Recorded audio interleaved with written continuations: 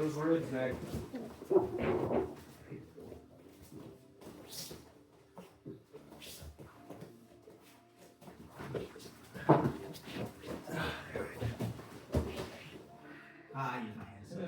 Yeah, just reset. A little out of handed going on.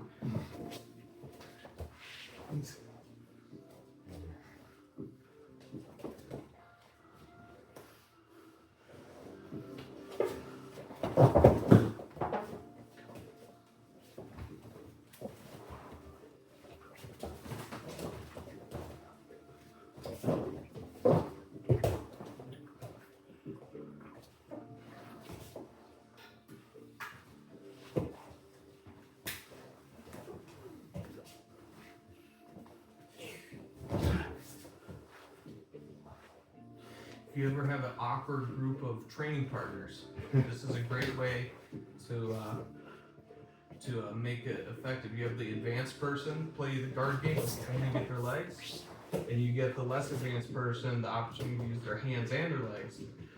But you can play this guard passing game, and you're not even submitting each other. Right? So it's a little bit easier for the new person to understand. And yet the advanced player can get a lot of good work just by drilling the retention of their legs.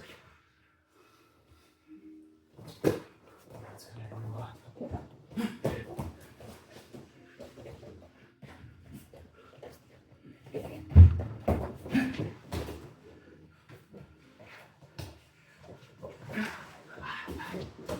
wants that knee slice bad. You'll get your balls crushed.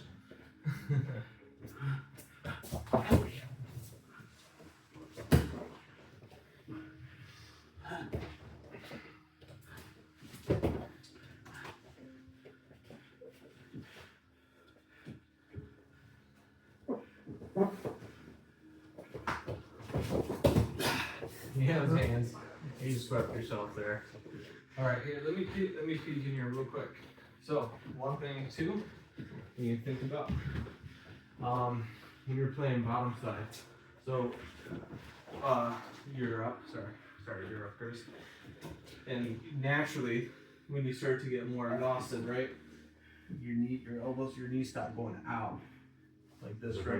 Yeah, they start to come in because it's a little bit easier to hold yourself like this. But remember, it's also easier to just lay your head down.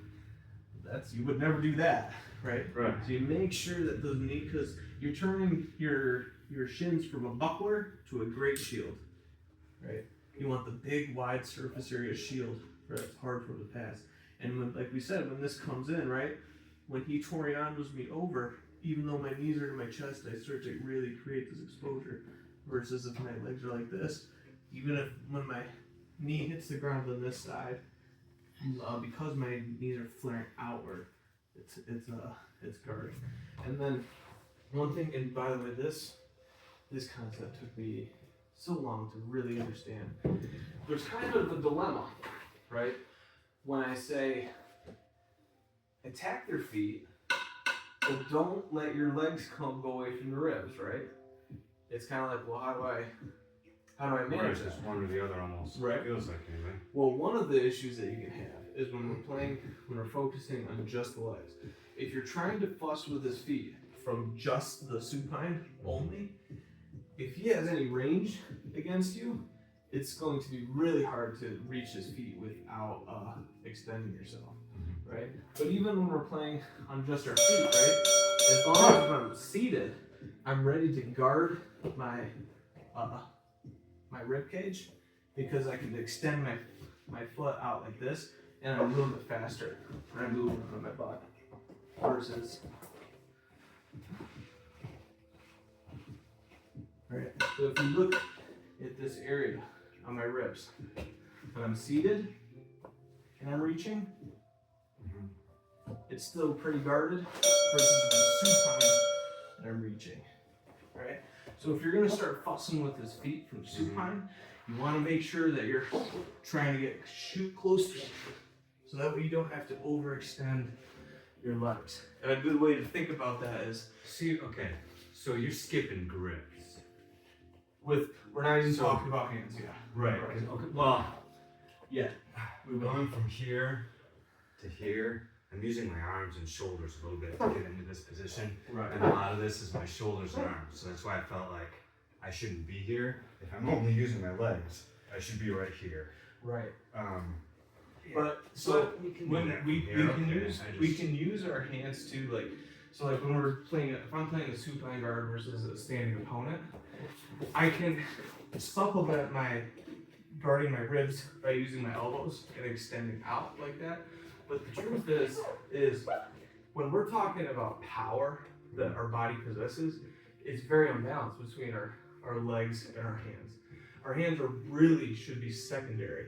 And so that's why I like to do this drill with just our legs first, because a lot of people know how to kind of guard their chest from getting that chest-chest connection, but they're overusing their hands, right?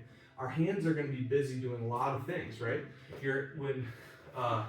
If we're here and you turn to my side, right? I do not want to be putting my feet down to turn, right?